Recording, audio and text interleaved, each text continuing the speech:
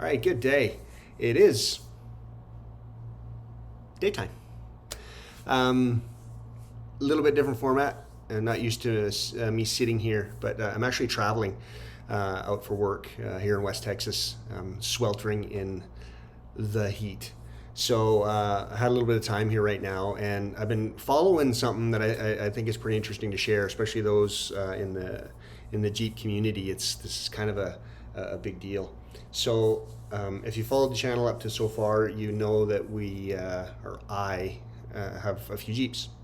I'm primarily TJs. That's all they are. I don't really look at the newer ones, the JKs, the JLs, so on and so forth. The TJs to me are kind of the epitome of what the Jeep is. They're they got the inline 4-cylinder or the inline 6-cylinder, which is the way better one. Just a run-of-the-mill, reliable, good Jeep. They're lightweight, narrow, short. Especially if you're out four-wheeling, they're nimble. They can get into spaces, and you can generally have a lot more fun. I'm not into the rock climbing, crawling stuff. We typically just run trail runs, maybe a difficulty of 3. Some ledges and some little climbs, but nothing major. So on to what we're talking about today. I've been cruising the auctions. I started doing that about a year and a half ago, and subsequently have bought 2 Jeeps off of those up in Canada. I've had really good luck with those 2.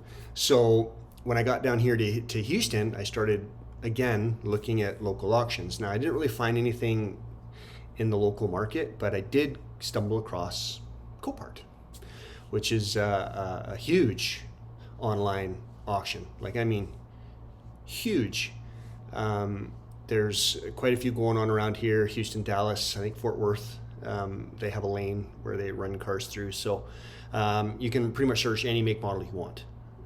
So I was initially looking for kind of a newer Jeep for Tanya to drive, maybe a 4-door. So I was going to go to a JK just as a kind of a mall crawler around town rig that we could take people with us and so on and so forth, because the TJ is not really passenger friendly. So, but in my true to form, I was searching Jeep TJs as well. And about a week and a half ago, I stumbled across this gem, and I'll show it to you here now. It's pretty clapped out, to be honest. And I never really gave it a second look. It's normal wear, or actually it's got some side damage, was typically what it was. And if you really look at it, you can see there's a big dent right in front of the body mount, behind the front tire, and it's pretty substantial. It actually knocked the door askew.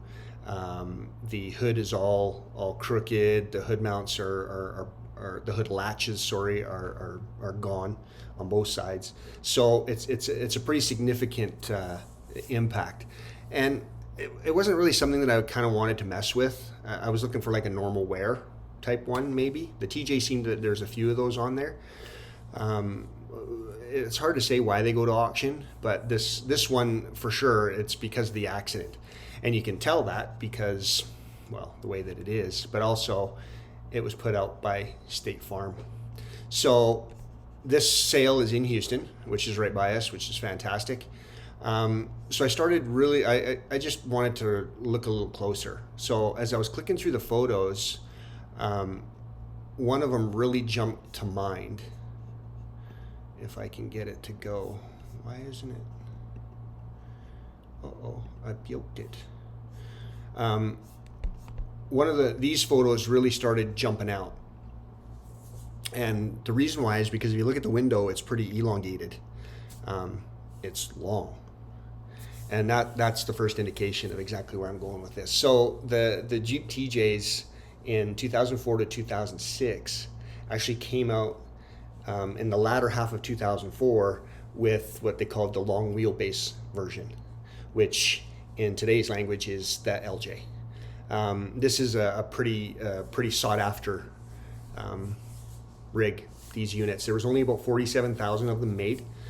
In the US, I can't even remember how many. It's not very many. I want to say, yeah, but probably about, I don't know, 40-ish thousand. So in 2004, when they introduced these, it came out as the Unlimited. So I think there was like 5 models. There's the SE, the typical SE, then the Sport, then it had the X version, which was a newer style that came out, just different trim and so on and so forth. Then there was the Sahara and the Rubicon, and between those two lies the Limited.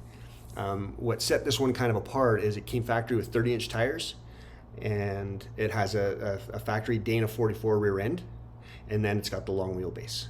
So they did a few other things like upgraded the shocks and some other things, kind of pushing it to a Rubicon, but the front differential is still a Dana 30. They didn't go to a 44 in this year.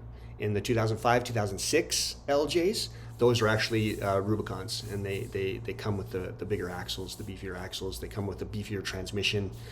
This was kind of testing the waters. They were dipping their toes in the pool, so to speak. And they went well. It was actually introduced as a kind of a specialty vehicle, not really necessarily a daily driver. I mean, they didn't discount it, but it was more geared towards like a recreational style type vehicle. That's what they really kind of geared it towards.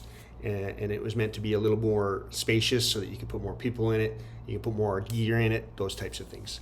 Well, lo and behold, 20 years later, these are basically the holy grail of the Jeep. There's not a lot left cruising around, and the ones that are, people tend to take pretty good care of them. So, and they go for insane money.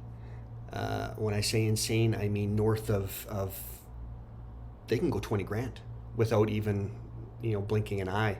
If you to search anywhere, and especially around here in Texas, Oklahoma, Louisiana, Colorado, they're pretty high priced. Any Jeep, especially the TJs, they're just crazy money. 8 to 10 grand and higher for just a run of the mill TJ. So this one is a pretty good find. I don't know how bad it is. It's only got 105,000 miles on it, according to the ad. So there's a lot to tell. It was supposed to go up for auction on Friday. Today being Sunday, now it's scheduled 2 days, so Tuesday it's supposed to go down the lane, and you can already see it's up at $3,100 is the current bid. Part of that's because of me. I was testing the waters to see who was looking at it and who was watching it, and sure enough, as soon as I bid, somebody upbid me. So I'm going to sit on it now and wait until Tuesday and see how this thing goes. I'm not dying for it, but if you can get this for around $5,000, $6,000, you put 3 or 4 into it, you're sitting 10 grand, and they're worth 20. So if you can get it, ready to run, good running, good vehicle, you can push 20 grand for these. Now, I'm not saying I'm going to sell it. This might be one that I keep and switch Tanya out into this, and then do something with her blue one. So that's kind of where we're at. Tuesday's going to be a crazy day. I'm hoping the next time I talk about this Jeep, it's going to be sitting in my garage doing a walk around and an introduction to it. So that's kind of my plan. I'm gonna see if I can video the auction and give you guys just a look at what this. I have a really strong feeling, and you can gamble on this. I think it's going to go for probably north of 10 grand.